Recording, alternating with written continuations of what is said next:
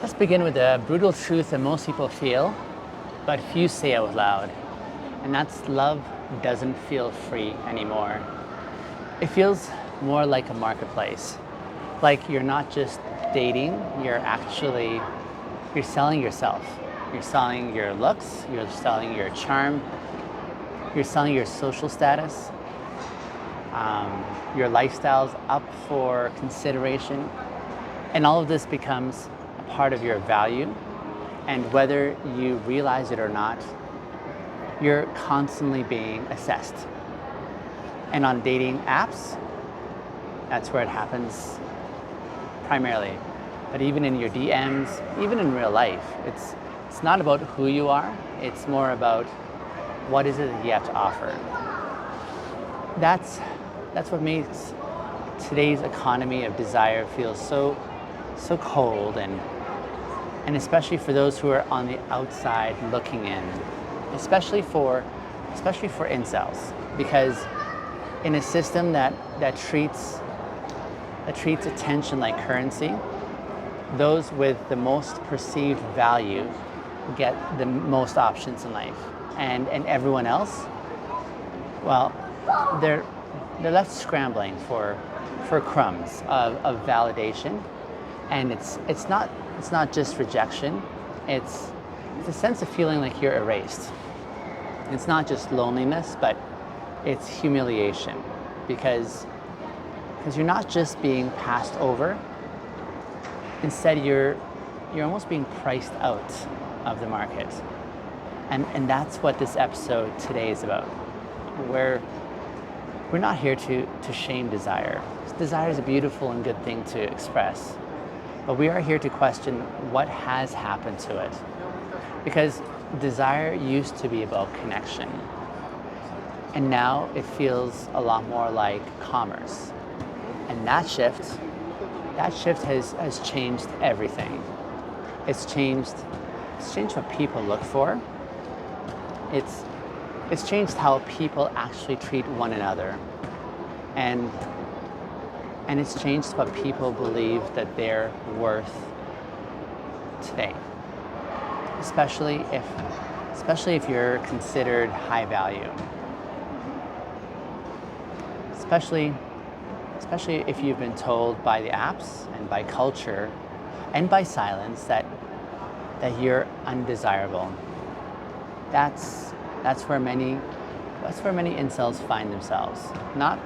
Not just struggling to connect.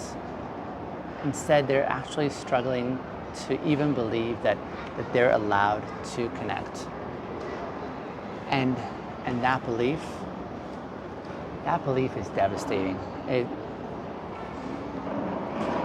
So let me ask a hard question.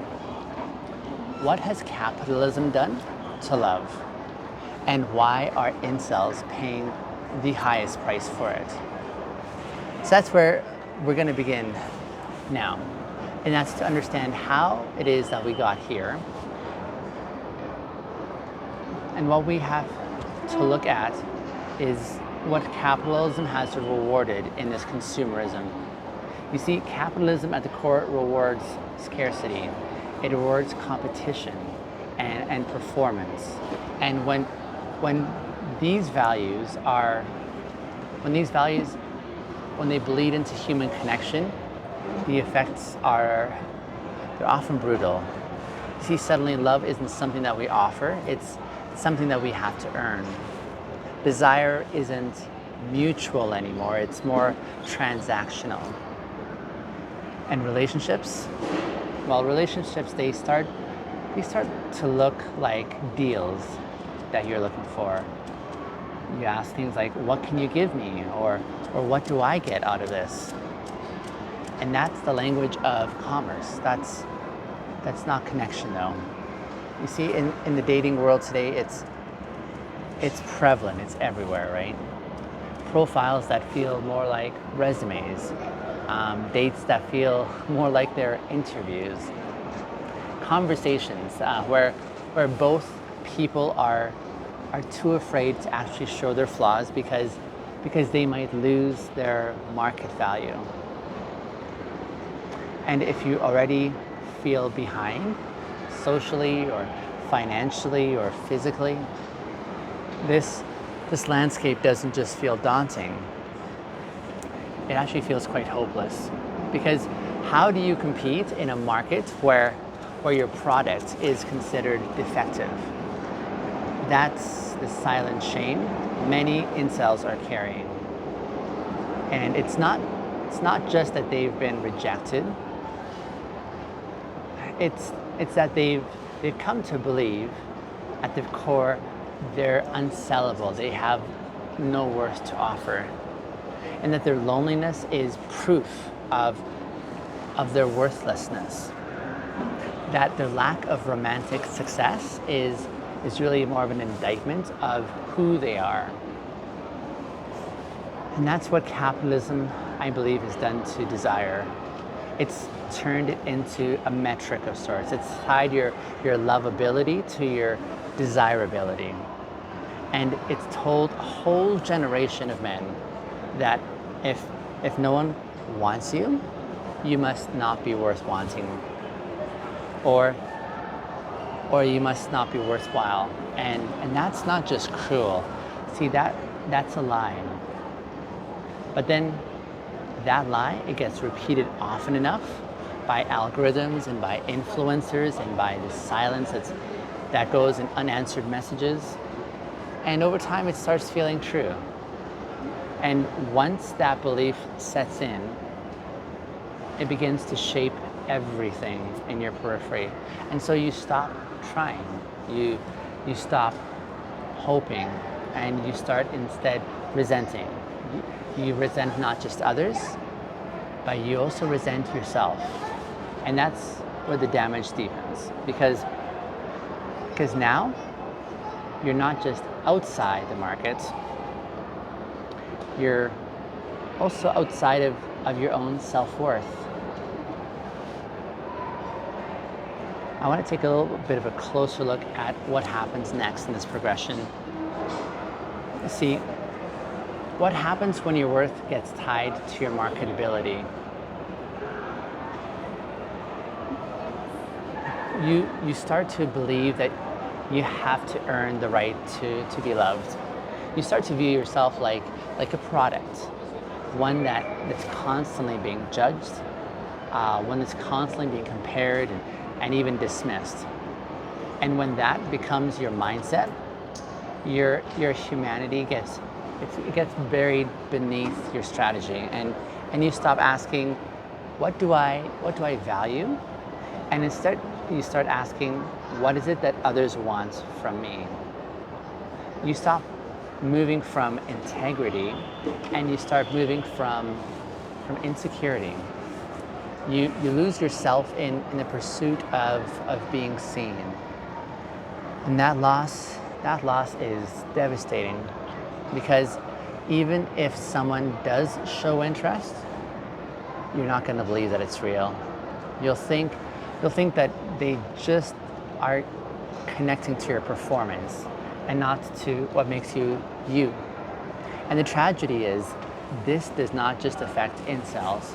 This mindset, it's everywhere. And women especially feel it keenest. Queer folks are in that group as well. Neurodivergent people feel it. Anyone who doesn't fit the glossy mold of what culture says is desirable is going to feel it. But for incels, many of whom have felt excluded like their whole lives, this one here cuts especially deep, because they're not just navigating rejection, they're actually navigating a belief system that says your rejection is deserved, and that belief gets internalized until even hope starts to feel like a scam. And that's why so many give up. Not because they don't want love, but it's more so because they're convinced that they're not allowed to have love in the first place. And that grief, it often turns into rage, which then progresses on to resentment and evidences of numbing oneself. Because if you can't be loved, you might as well be invisible. If you can't be wanted, you might as well just stop wanting. But here's the truth. You were never meant to be a product. Your worth is not determined by a market. Your value is not tied to your virality. Your value, your worthwhileness is inherent and it's unbuyable. And yes, it has been obscured by a culture that profits from your insecurity, but it's still there. And you can reclaim it. I'm going to talk about how in just a couple of moments, but I want to first land on, in this episode, on where the healing experience actually begins. Because once you realize that desire has been commercialized, that love has been reduced to this marketplace, and that you've been told that your worth is tied closely to your desirability, you're in essence faced with a choice. On the one hand, you can keep playing the game. But on the other hand, you can step out of this game, not out of bitterness, but out of clarity, out of dignity. And it's because the truth is that what's been sold to you is not love in the first place at all. No, it's more validation wrapped up in scarcity. It's performance that's dressed up as connection. And that is not what your heart is actually aching for. I think what it is that we all are collectively striving for is not to be consumed, but to be seen. To be chosen not for how well we perform, but for how deeply we show up. And that kind of connection, it cannot be bought. It can't be swiped into existence. Instead, it's built. It's built slowly. It's built intentionally. It's built through the pillars that I've come to rely on: integrity and intimacy. And so what does that look like in practice? It means that you're doing the inner work of rebuilding your self-worth, independent of whether anyone desires you or not today. It means that you're shifting your metric from success to something more. Instead of asking, am I wanted? Instead, now you're asking, am I living in alignment with who I really am, regardless of who says yay or nay. It means you're choosing friends who see your soul, not just your status. It means you're staying soft in a world that often rewards hardness. And it means you're remembering that you are not a profile. You are not a commodity.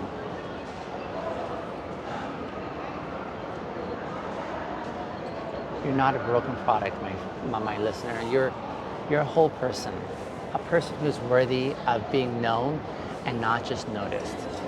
And for those in the incel community especially, this message matters deeply. It matters deeply because pain of being unwanted, it's real. The ache of invisibility is palpable. But the system that made you feel this way, that's not the truth. It doesn't offer truth. It's basically a structure, and structures can be named. They can also be dismantled. They can be survived. And you don't have to heal by winning this game. You can actually heal by walking away from this game altogether, by reclaiming your dignity, and by forming true, deep, meaningful connections that are rooted in truth and not in transaction. And by learning that your worth is not earned, instead it's more remembered. And by living as someone who does not need to compete to feel complete. That kind of rebellion, it's quiet, but it's radical. And it's available. It's available now, even in a broken economy of desire. Because while the system may be rigged, your soul is not for sale. And that is the bridge back to us.